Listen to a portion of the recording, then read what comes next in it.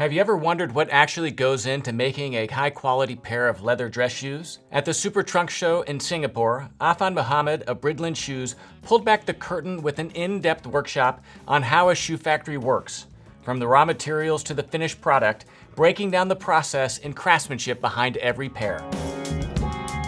Feel free to ask questions. As I was going to say, it's an open session in that I'm going to speak a little bit about my experience in working in a factory, but feel free to stop me and ask me about something I've said, or towards the end of the session you can ask me your questions. This year it brings me to 10 years of working in a shoe factory. I was in a very different industry prior to that. I was in the space of recycling, mainly in Europe and in Africa, and I took a plunge into my family business more as a break. I wanted to come back closer to home to spend some time close to family. I said I'd do it for a year, and while I'm there I said I'd help my dad out and then go back to my job. I didn't. While I was in the factory one day, I met my father's colleague and good friend, Mr. Watanabe, and he really kind of put the passion of shoemaking into me. And I said I wanted to learn shoemaking properly. I want to go to Florence, learn handmade shoemaking from one of the good schools there. And I signed up and even paid up for it. And 2 weeks before I was going to leave to Florence, Mr. Watanabe took me aside and he said, "What are you doing? You just came here 6 months ago. I know you like shoemaking now, but if you stay here, you learn what's called factory-made shoes, and I'll teach you factory-made shoes and how to make them in a factory. I'll teach you how to operate these machines. Or you can go to Florence, you can learn how to make some of the best shoes in the world, one pair at a time, as bespoke shoemakers do. But you're going to make maybe 20, 30, 40 people happy in a year, because that's as much as you're going to be able to make. Or you stick with me here, I'll show you how to make factory-made shoes. We're going to take concepts from bespoke shoemaking and bring it back into the factory, how it was done in factories 30, 40 years ago, but due to industrial simplification, it kind of dropped off from the factories. And we could make thousands of people happy in a year. And I thought that way of thinking about factory-made shoes versus bespoke shoes was quite interesting, because with bespoke shoes, as lovely as they are, and I really like the details that go into it, it's unfortunate that very few of us can enjoy it, because it's financially difficult to get your hands on a pair, or at least one every year. Whereas with factory-made shoes, if we can do our job well, we can bring this craft to more people. So that's what I did. I stayed back, I canceled my ticket, I canceled my lease which I had there, and decided to stay in India with Mr. Watanabe over the next 2 years, because it was only then that the machines had come into our factory. Well, the factory itself is about 35 years old now, and I'll come to the challenges of running a little or a big factory, as you said it. But I stayed back, and Mr. Watanabe showed me how to use each machine, and I'm very thankful I got to that level of detailing to understand how to operate machines and how to make shoes in the factory-made way. Now, what are the advantages of doing it in a factory-made shoe? Is, of course, the financial aspect that we can make a lot of shoes relatively to a bespoke shoe, but still the way we do it, we aren't making hundreds of pairs a day. We're still making in the double digits. And if you were to talk to anybody else in India or in the Asian space where big shoe factories exist, that's not a very productive shoe factory by any means. But we're not going or rather we're not trying to be the most productive shoe factory. We're trying to be a factory that we can make the best quality shoes a factory could ever make. And here comes the challenges, 2 or 3 that come to mind immediately. When we got these machines in 2016, Mr. Watanabe and my father had gone scouting for old machines in England, which is one of the centers of shoemaking from the past, and even today there are quite a few factories, not as many as in the past. But there were many factories closing down, and that was the only source of getting machines, because machine makers aren't making Goodyear welted machines anymore, because it's not where you're going to make many machines in a year, because factories don't want it. So we had to go around looking for old machines and refurbish them. But when we bought these machines, took it back to Italy, we couldn't find enough mechanics because they were already too old, or when we found them, they couldn't find the parts. So we had to take them to lathes, make these parts. And even to this day, when something breaks down, we've got to contact our colleagues back in Italy to make a new part for us.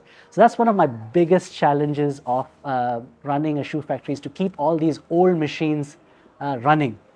And the second one is a bit of a conundrum, because typically you think in India we've got 1 billion people, right?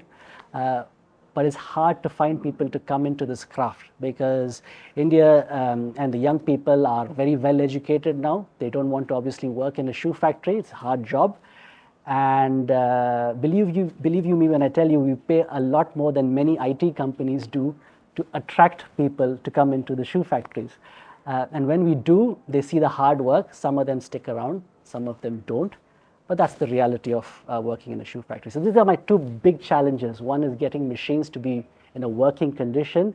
The second one is getting a constant sort of stream of young people to come in that we can train. Hopefully they stick around, and if they don't, we get another batch of people to come around and train them, and so goes on my life. Even if I come here, my phone doesn't stop ringing, because I'm the sort of factory manager. I'm really the guy from the factory. You've seen the other people in my team, but today they put me in a suit and said, you've got this talk, go and talk about what are your challenges in a shoe factory. Another point I wanted to kind of touch upon on factory-made shoes before I sort of open it up for you guys is sometimes when people place an order for an MTO, they think that a factory-made shoe is more of a sort of conveyor line system. To some degree, that's true, but it doesn't just sort of start in the beginning of the day and at the end of the day you have a shoe. Our made-to-order or even our ready-to-wear shoes, when we take it up in a batch, takes a week or 10 days to complete. So let's go through an order, right? You place an order for a made-to-order shoe on the website. We get this on our ERP system, and it says this leather, that sole, a toe tap here and there, and someone goes around to the workshop, to the warehouse, and collects all these materials. Then they take that leather to a cutting room, click the leather in the particular size, in that particular last, in that particular pattern, and they better not have made a mistake there, because the customer is not going to be happy. And we have so many lasts, so many patterns. We're going to make sure you got all that right, comes in place, and then it gets cut. Once it gets cut, it goes into the upper sewing room, where there's teams waiting for something to come in, and they put that together. This typically takes about a day, 2 days. 2 days because we also do what's called 3D lasting, where we do the upper making on a last. It's similar to what you see in tailoring in haute couture, where you make a piece of clothing on a bust. We do that, so it takes a bit longer. Then we take that to the lasting room. And here is where the real machines start to come in, right? You've got the toe laster, you've got the seat laster, a bunch of machines, but they do it consistently at 8 in the morning or 6 in the evening. It's got the same pressure. This is something I think is a big advantage in factory-made shoes, is the consistency you get throughout the day, throughout the week, throughout the month. And so that's a conveyor system, really, but it's different rooms, and this trolley kind of goes around different places. And at the end of 10 days or so, depending on what type of shoe it is, if it's a Founders, we leave it longer on the last. So the longer you leave it on the last, the better shape it takes. And there are a few more steps to do. And that's the Founders. It takes another 4 days or 5 days extra. And then 2 weeks later, you have a shoe that comes out. So not quite like how you'll see in Willy Wonka and the Chocolate Factory, put something on the inside here and you got a shoe coming out on the other side. There's a few more steps involved. So I'm coming to the end of my 8 minutes or 9 minutes, because I want you to ask me some questions, and perhaps there's something interesting that'll come out of that. I'm just curious, if you're not an expert in leather, how do you pick up a shoe and know the quality of the leather, and what are some markers for a well-made factory shoe? Good question. I'll take that in two parts. The first one about leather, and the second one about the markers of a good quality factory-made shoe. Earlier in the day, so 10 years, going back 10 years, when I came into shoemaking, I almost had a clear domain in the space that I was working. I would work on the shoemaking, and my father, who was there around at that time, was the leather maker. So I'd go to him with this and this challenge, and he'd go around the world sourcing the right type of leather or working with certain tanneries, because he studied chemical engineering and understood leather making better than I did, better than many people in the factory. So he'd take care of that. And I just had to present him a challenge. I said, I want to make a boot, maybe an oily leather, and he'd go and get that for me or make it for me. Or if I want to make a formal shoe in, let's say, boxscarf, he'd go out and get that for me. Since he passed on, I had some of those suppliers, and we just continued that. But then 2 years into it, we started to have some questions, and I didn't understand leather making. So I had to reach out to these colleagues and said, I want to come to your tannery, understand how you make these leathers, because I'm going to be the guy now who's going to ask you to tweak this and tweak that. And so the last 7 years has really been a journey for me to understand leather making. And as I was telling someone earlier today, I absolutely enjoy this part of my job now, the sourcing part. Not because I have to travel to all parts of the world to do it, but more because I understand how unique leather is as a raw material. It's so much so that leather you buy during summer is different from leather that you buy during winter, because the thickness of the hide differs, because it comes from a cow, which has a thicker layer of fat during winter, versus one that comes during summer, which has a thinner layer. And then the water content and the pH level on water differs, and that's why French calf particularly is so good, because the water quality is good, and therefore the grass is good, and what the animal feeds off the grass directly reflects on how good a leather you can make out of French calf. Whereas just across the border in the Netherlands, it's different. And even within France, Brittany is very different from another part of France. And now why is it different in Netherlands? Because there it's more of a milk industry, not a meat industry. So the cows are taken care of for their milk industry, so they tend to be a bit softer. Whereas in France, it's more of a meat industry, so they have it in a smaller size, so it's a wheel. So we can get baby calf grain much better. So it's really a journey for me, which I've started now 7 years ago, and enjoy it thoroughly. But I'd speak to you 30 years later and still I'd say it's a journey. Because I remember one of the last things my dad said was, he enjoyed this, but he's still a student as he was 40 years ago when he started his journey in shoemaking. So that's about leather. The second thing about the markers of a factory-made shoe. Let's see. So there's a few things. I think an easy way to do a stitching on a shoe is to keep the pitch of the stitching wide, because you could go around it faster. But if you could still get a factory-made shoe that does a nice tight stitching on the sole, that's more difficult to set the machine to, but at the same time gives you a better look, takes longer to do, is riskier to do because the machine is harder on the shoe. You got to get the balances right. So that's one marker. The second thing what we do differently is we do something called the channeling on our insole. That's what bespoke shoemakers do. Now why don't other shoe factories do this? It's because it's notoriously difficult to get your hands on the right type of insole and a consistent supply of that insole to work with in a factory, because in factories you want something that's consistent all the time. You don't want to be changing the settings of your machines to suit the material type that comes in on a Monday, and on a Wednesday it's changed. You can't just keep changing that around. So that was a challenge for us, but we decided to go with that anyway, because that's one of the aspects of bespoke shoemaking that's very strong, and on the factory side very weak when you use gluing or gemming all around the insole, because everything else in a Goodyear welted shoe is stitched together. It's just this one part of the shoe that is stuck together in a factory made shoe. So if you look for that as a marker, and there are some other makers besides us that do it as well, do it the old school way, that's the second marker. I'm going to try and go on a third one, which might be how uppers are made, the top part of the shoe, and the stitching quality of that. That's another one where you can really look into the detail and more or less aesthetically tell if a shoe has the markers of good quality is that.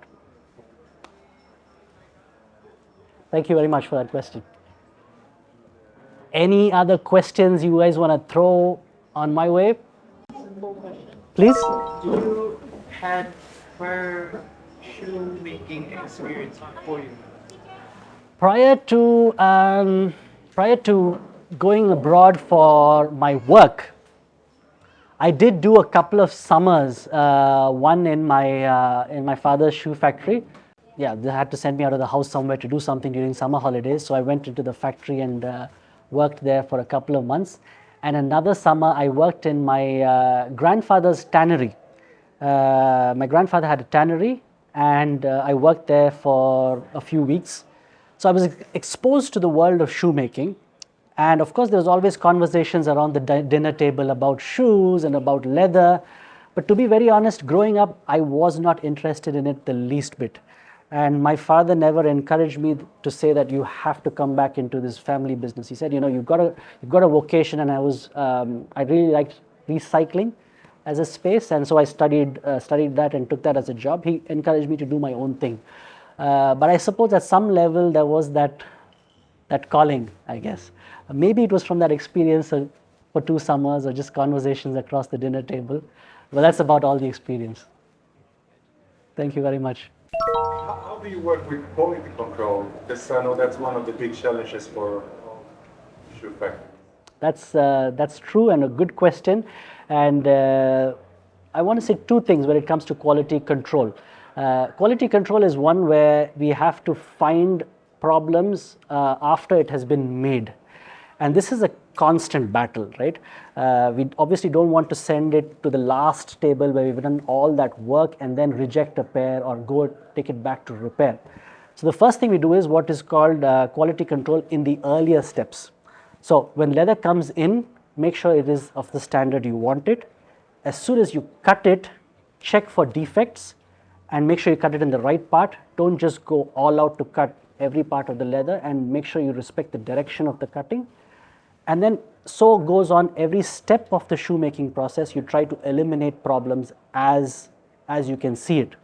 But more recently, we've been working on a system, and this is a Japanese system called 5S, which works on quality assurance. Quality assurance simply suggests that if you take care of steps well before the mistake happens, when it comes to the final table, you don't need a quality checker because you've already done that job through every worker in the process, where it was still possible to sort of reverse it, correct it, and then go back. Now, this is a journey we've started now less than a year ago, the process of 5S as a Japanese system to bring into the factory. Now, I've learned it, some of my senior colleagues in the factory have learned it, but that's not enough. We need to imbibe that as a culture in the company. So we're 200 people strong in the factory, between the full shoe, the cutting department, and the upper.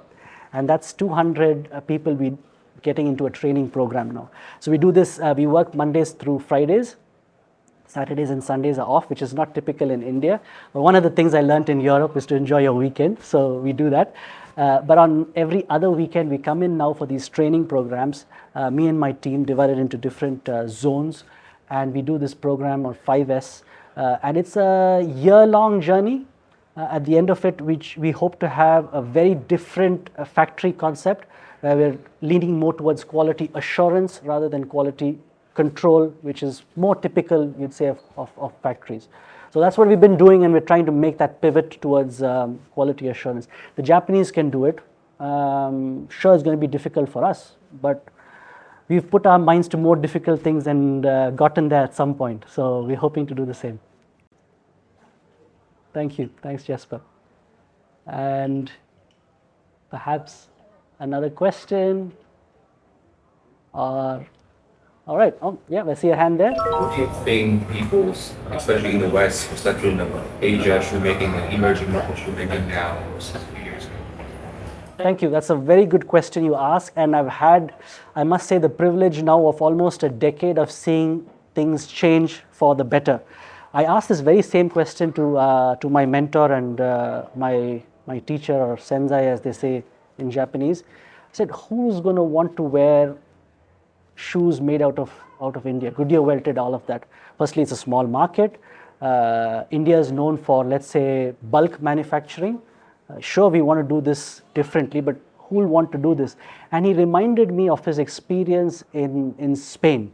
He started his career first in England and then moved to Spain, when Spanish-made shoes were still sort of scoffed at in Europe, in Americas, and the rest of the world generally. Oh, you know, of course there was Northampton, there were other excellence, places of excellence for shoemaking, but Spain wasn't there 40, 45 years ago. But he said in the space of a decade with a lot of hard work, and if you can actually bring quality to the fore, people will start to recognize quality. It'll take a bit longer, but stick to your guns, do it right.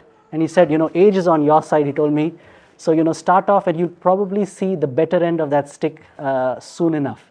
And true to that, compared to 10 years ago and today, thanks to the work of, the Super Trunk Show, taking on younger brands, newer brands from Asia, we get that exposure and the same stage along with the big brands. I know the first one we went to in 2019, just before COVID hit us.